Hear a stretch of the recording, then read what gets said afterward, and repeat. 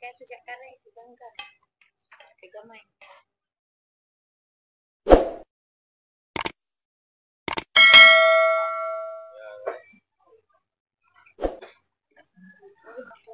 ngayon mga idol, dito tayo sa bukid.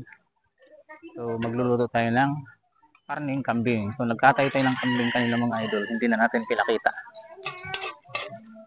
So lulutuin na lang natin. So malinis na. So hindi to cook.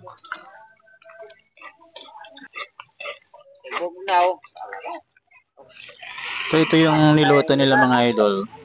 Ito yung lamang loob ng kambing. So ang tawag sa luto nito mga idol ay paklay. Napakasarap nito mga idol, simpleng luto lang to.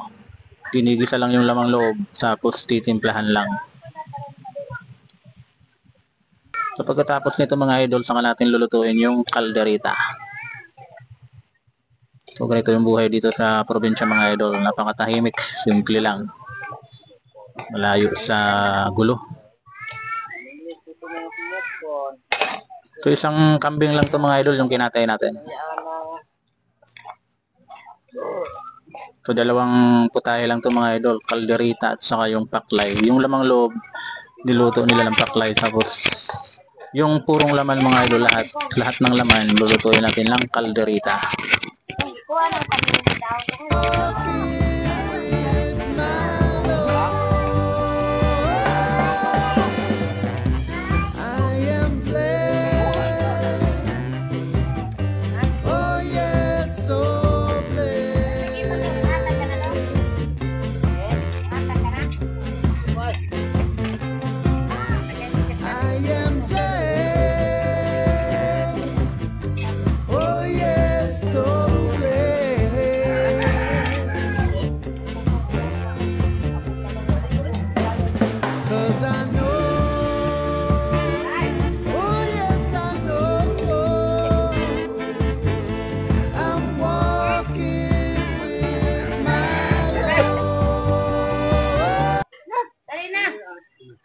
So ngayon mga idol, tapos na silang magluto sa paklay o lamang loob ng kambing. So ngayon naman, lulutuin naman natin yung kalderita. So bago natin lulutuin mga idol, pakukuluan muna natin yung karne ng kambing.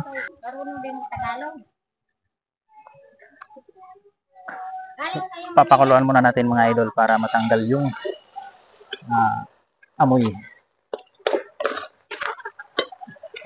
Alam ko lang vlog yan eh. Ang tanglad.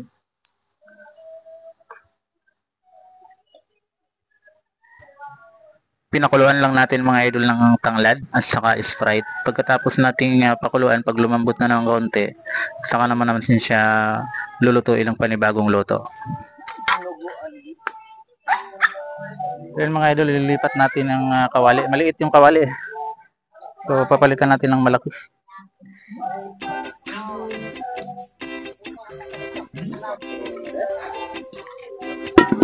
Oh, magkiling man, tama rin.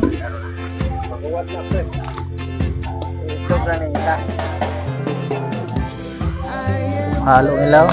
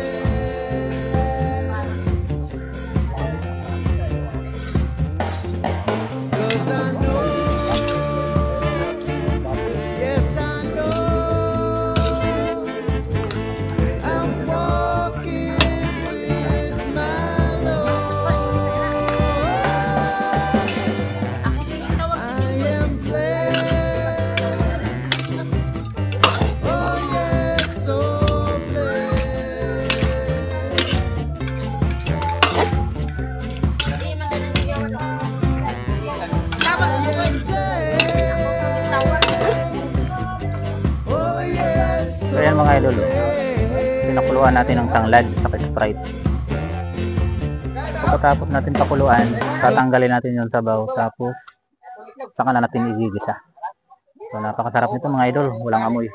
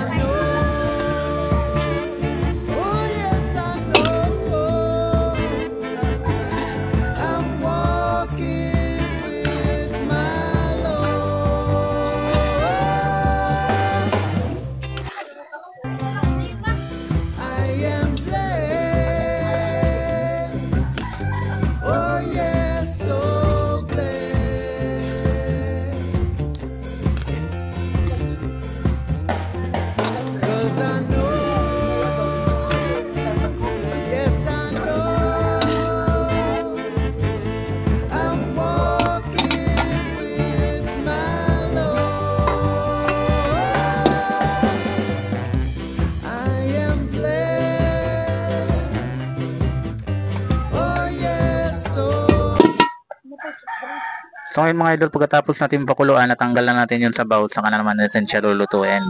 So ito na yun mga idol, lulutuin na natin yung kaldereta nating kambing. At saka lalagyan na natin ng ricado. So ginisa muna natin siya sa sibuyas, bawang, at iba pang sangkap. Pagkatapos, saka na natin siya lalagyan ng pampalasa. Yung mga ricado, ilalagay na rin natin. So ganito lang kasimple magluto ng kalderetang kambing mga idol. Napakasarap nito. Ang importante, marunong kang magtanggal ng mga ugat-ugat ng kambing mga idol. Ito yung sekreto para walang amoy yung karne pag nagluto tayo ng kalderetang kambing. Tinatanggal yung mga ugat-ugat ng kambing para mas masarap, walang amoy yung karne pag naluto. So lalagyan na natin ng ricado mga idol. So kaldereta, so powder yung nilagay natin mga idol. Ito naman ketchup muna itong nilagay natin. So pampakapit lang doon sa laman ng karne. Pagkatapos saka na natin siya lalagyan ng ricado. So yung nilagay natin mga idol ang ricado natin sa kaldereta powder mga idol. Yung sauce natin. So yan mga idol, pampakapit lang siya, pampapula sa karne. Maglalagay din tayo ng green peas mga idol. Ayan o. So kalderitang pinatuyo lang to mga idol kasi kambing yung niluto natin. So mas masarap yung medyo pinatuyo. Walang sabaw. So hindi na natin nilagyan ng carrot o kaya patata. So simpleng luto lang to mga idol pero kargado naman sa ricado. So sariwang sariwa yung karne natin mga idol, bagong katay. Isang pirasong kambing. So pagkatapos katayin ay niluto agad natin kaya masarap to mga idol.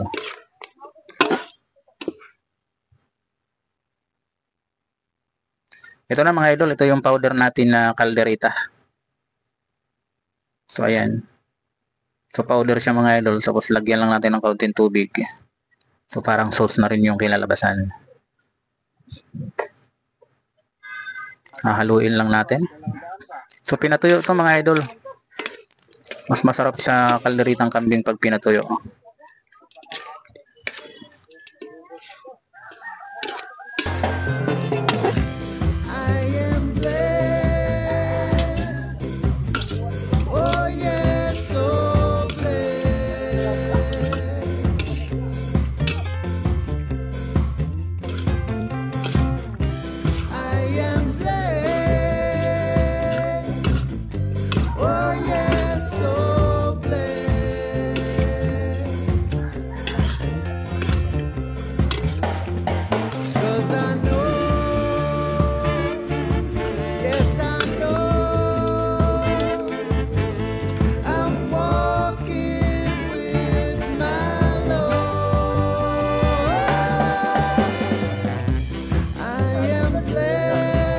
So ito na mga idol, luto na yung kaldereta nating kambing.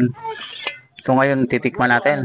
Napakasarap nito mga idol. Gisahon lang. Kaldereta siya pero pinatuyo. Kapit na kapit yung sauce sa laman ng karne.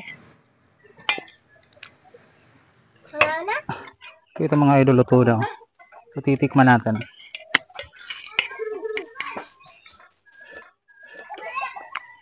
Sarap.